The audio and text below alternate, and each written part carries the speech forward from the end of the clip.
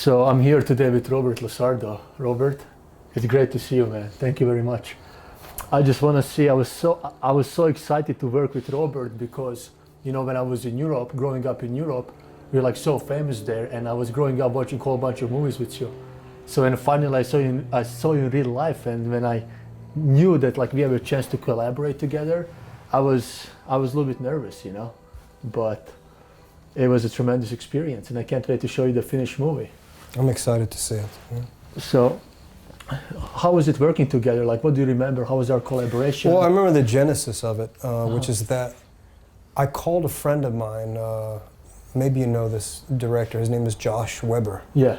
And so I called Josh just to say hello, check in on a couple of things, and we talked a bit, and he mentioned you, and he said that he was really impressed with your spirit, admired your no bullshit attitude, that you would not, no surrender, that if you were not happy with a take in the film, if you didn't even like, he said, Robert, you know, Attila is a perfectionist, and if he doesn't like a sequence, he'll just throw it away. If he doesn't like the film, he'll reshoot it. And that's basically what he told me. But the point is that you were not excited about the finished result, and so you said, you know what, I'm trashing all this, and I'm going to start from scratch, and until I get it the way I want to. And I thought, wow, I think I'm going to like this guy, meaning you, because I'm pretty much the same way. I'm a perfectionist. I see a lot of examples of people just getting by with mediocrity. Yeah. And basically the sense I got about you before I even met you was that you were not a man of mediocrity, that you would not settle for anything until you had things exactly the way you want. I thought, wow, okay. And I think was my introduction to you before we actually got on the phone and talked. Yeah. That's true, you know, I'm a perfectionist. I mean, I'm putting my heart and soul into the film because I believe that is the only way to resonate with audiences, you know, because when we sacrifice so much to create something, people have to respond to it. Stanley Kubrick was obsessive compulsive. He's great, you know, 2001. Clockwork Orange, Full Metal Jacket. I'm gonna go down a list of movies this guy's made, and you know, it's just incredible. That's Francis Ford Coppola, Apocalypse Now. But my point is, I think what all these directors had in common is that they were extremely neurotic and borderline crazy when it came to getting it exactly the way they wanted. If they had to do 100 fucking takes, Kubrick would do that many to get it finally the way he wanted it. And he would be relentless in terms of how he felt his piece needed to be communicated to the world to authenticate that vision the way he felt. When I made the movie, I never wanted to compromise anything. Yes. That's why it took me time. Yeah. Because I want to make a movie exactly how it is in my mind. I wanted really to transfer my vision to the screen. So I don't hate things. I don't like to use the word hate. But I really hate, Robert. What I really hate is my first rough cut of my movie. It's a garbage, it's a disaster, it's so hard to watch. Yes. It makes my stomach hurt. I understand this, meaning that I've been in situations where I watch films and my friend's like, Robert, what do you think? I'm like, Yeah. You know. So you're unusual that you can look at your own film and see this and then say, you know what? I'm not going to settle for this. I'm going to fix this. It drives me crazy, you know? Yeah. And that's why I'm so confident in the movie, because I go so deep within myself that like I almost reach insanity, because that's how I go mad, Robert. I can't sleep, I go mad. Yeah. But then after a little time, I keep watching, I keep rearranging, cutting, adding, and then bang, I have what I wanted. And then it hits me, and I just cry. It's Norman Mailer said this, the famous contemporary writer in America. He said, kill your babies, darling, kill your babies. Meaning, if you cannot watch your film and look at it objectively, and a lot of these directors can't do it, and producers, they cannot do this, because they're like, well, it's my movie. You have to understand the effectiveness of the medium, man, and pay attention to these sort of things, and recognize when people say to you, man, look, you've got to reconsider this cut. You may want to go back into the editing room, reshoot this, restructure that, get a better actor to play this part, tighten this up, add different music to that, and they look at you like, yeah, okay, that's too much work. But all the masters did that. They would not rest until they felt that every frame, every fucking frame of that movie was the way they wanted. You are an anomaly. You're unusual. You gave me your chance. You gave me your time and energy. I made you happen. You made me happen. I don't think an actor makes a director. A director makes an actor. The greater weight of responsibility lies on the director, because the director is dealing with so many elements of production, you know, the actors, the writer, you know, all of this stuff, and not just one actor, all of them, and how well they're either, you know, are they working well together? Are they, you know, are they bringing the vision to life the way I imagined it? Are they blowing my mind with things I didn't even anticipate? But my point is that what I noticed, though, is that you see directors like this who've allied with actors, and they have shaped, and I dare say put them on the map, so to speak. They actually have. And so I think the really good actors, the really gifted ones, want to work with these visionary directors that have the ability to do stuff like that. So do you want to work with me again? Absolutely. Long is the way and hard that out of hell leads up to light. So filmmaking is like, you start in the dungeon, the basement of fucking pre-production, you know, and then you go from there to the next level, which is, okay, now we're filming and dealing with all these fucking actors and the producers and they're the money people, holy shit, and, you know, oh shit, I gotta finish this, and, you know, and then, you know, you hope you can make it to the light before you cut your fucking head off. Why should I like your movie? Why do I want to watch this film? What's captivating in this movie in the first 3 minutes? The movie, the TV show, whatever it is finally released, and they all go, Robert, we've got something special, man. Yeah, oh great, you got something special, and then you watch it.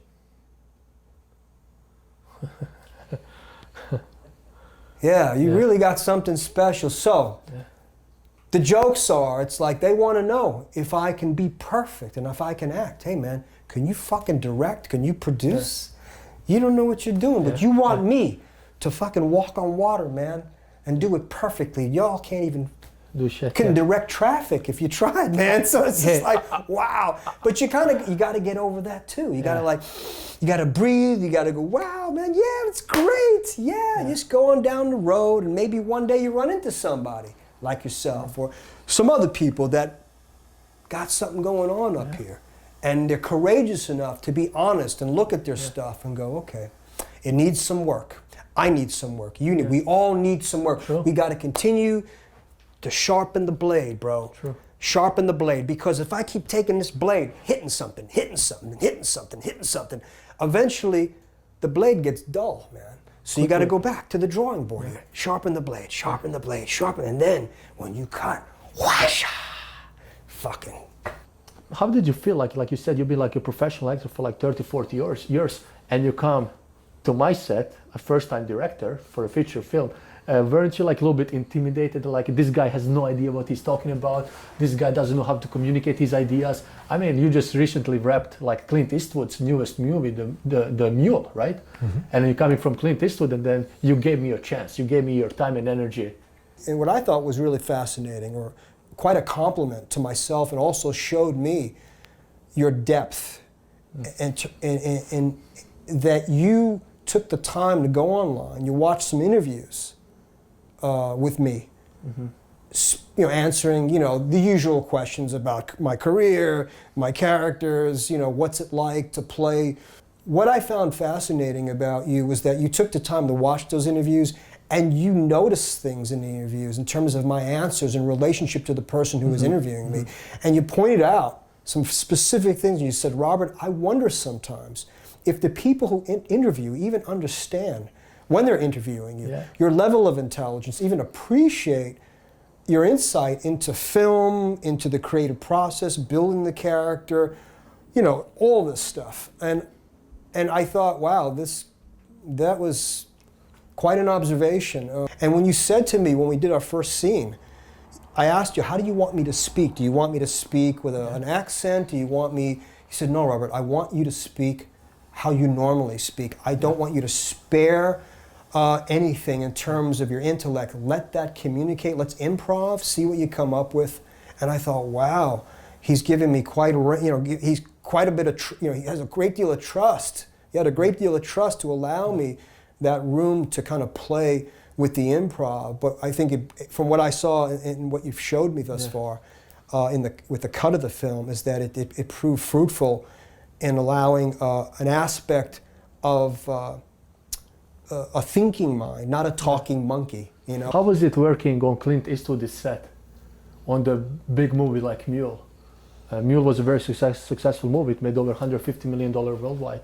and how it was working on my set. It's like a super indie set. How was the passion level? Tell me more. I'm going to draw a parallel between the two, because what I witnessed on your set, with you specifically, and the actors as well that I work with, the parallel that I draw with that is that what I noticed with you is the humility that we've discussed. And I'm sure the audience is put to sleep at this point, so I won't bore them any further. But my point is that there's humility here. There was an opportunity to listen. You listened, and you heard me, and you allowed that exploration. What I noticed on the set of The Mule was that I asked Clint Eastwood a few times some questions about what we were doing and what he thought, and he talked to me about it. He allowed that dialogue for me. I said, Clint, how do you feel about, actually I said, Mr. Eastwood, when he comes in and the guy does this and I say that and I move this way, how do you think maybe, no, Robert, no. Well, I think, and we talked about it. Yeah. And it was the most, I don't know, it was very frightening to even entertain that kind of, that type of dialogue with him, and in the fear that he might explode and look at me like, yeah, and just walk away. He didn't do that. He engaged me like you did. And what I also noticed was that when we were having lunch on the set of The Mule, was that Clint Eastwood was basically, I think, almost in the back of the line. I saw this elderly gentleman standing there, with his hands in his pockets in this kind of unassuming way, with his head down. And I said to Leacock, I said, is that Clint Eastwood standing in the back of the line waiting to eat? He goes, yeah, man. But it was encouraging to me to witness something like that. It really showed me, just like it was encouraging to be present on your set, to work with you, to be allowed my madness. You allowed my madness, because I can be difficult, and you allowed that. And you're an honorable, caring, considerate man who needs to get what he needs done, but at the same time, you don't assume anything about your workers. You don't try to subjugate anybody. And so that, I would say, in relationship to The Mule, Clint Eastwood, I didn't feel abused on that set. I wasn't mocked. I was treated fairly. I was paid well, and I had a great experience, just like I had a great experience working with you. So it was very similar in that regard. No, I want to make movies, and with Maze of Fate, I want to make Maze of Fate at that level that it's going to impress even Clint Eastwood. Nice. And when I show it to you, and I show you a few scenes, man, I think you're going to be very proud, because everything that went into it. What I saw, man, was very impressive, and I just think it's the beginning of something that's going to translate to many steps on down the road, man. Keep doing what you need to do to keep yourself from going crazy, because any artist will tell you that's truly an artist, you got to keep doing the thing, or else you will go fucking mad, because all that's left for you is the framework of a 9-to-5 or this conventional matrix structure that I'm not saying there's anything wrong with it. But if you're not an artist, you don't belong in that. If you're an artist, you don't belong in that world. If you're a banker, then you belong in that fucking world. My point is, the independence, I think, of the final will always be, the true independence will be the final refuge, sanctuary for any true artist that has a real vision and a genius, and meaning the genius in how they continue to apply themselves relentlessly to achieve a disposition of greatness, because they've done the work. You got to sharpen your ability so that you can cut through all the bullshit politic play, and they cannot negate you, because they're looking at your movie going, Nick, I don't even like this Attila guy, but did you see his fucking movie? Yeah. Wow. You got to get him to do this, Attila. You got to have him do this. Wow, did you fucking see that, man? And then people start talking. And then next thing you know, other people start talking. And then the people that drive the big cars and working in the big agencies, and this guy with the last name and the other last name, though you heard his name, and do you know who that is, and all that stuff. They start hearing the buzz on all these other people talking, and the starts raising, and then you reach them, and they go, and then they try to call you, and then you deal with them the way you want to deal with them. You got to have them go, wow. And in order to do that, like I said earlier, a couple things have to happen. The celestial body of the universe has to open up and grant you the luck. You have to have the luck. Luck is a lot of it. It's a piece of it. You got to have the know-how. And you have to have the genius to be so meticulous and detailed oriented that every aspect of your frame, your characters, their performance, your story, everything has to line up perfectly like stars, man. Yeah. And the next thing you know, people go, whoa. They look up and go, damn, did you see that? And that's how it's done.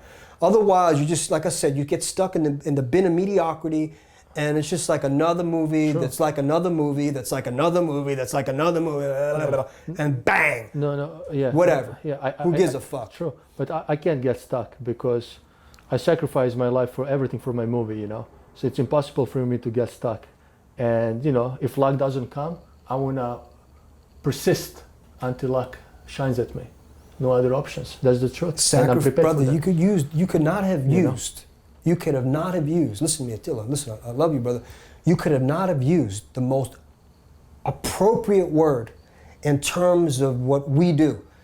Capital S, sacrifice, brother, sacrifice, man. Well, because that's all we've been doing, man. Since I started this thing, you know how much shit I had to sacrifice on this altar, so to speak. You know what I mean? I see you completely, and I think you see that in me, and that's why I think man. you want to work with me, and I want to work with you because you see that in me. You know, I might be young, but you see that. Yeah, it's not the age, it's the mileage. You've been through some shit in your life, man, in your life history, what you told me, how you grew up, the country, the war-torn country you've been in, the violence you witnessed, the fucking tearing of the fucking country apart, the physical fabric of the country being ripped apart. To witness that shit, not go fucking crazy, man, and to use that and to channel that into creativity, man, that's magic land, bro. Tempered steel, baby, tempered steel. Robert, amazing. My honor, truly. Robert LaSardo. Can't wait to show you the movie, man. Shit.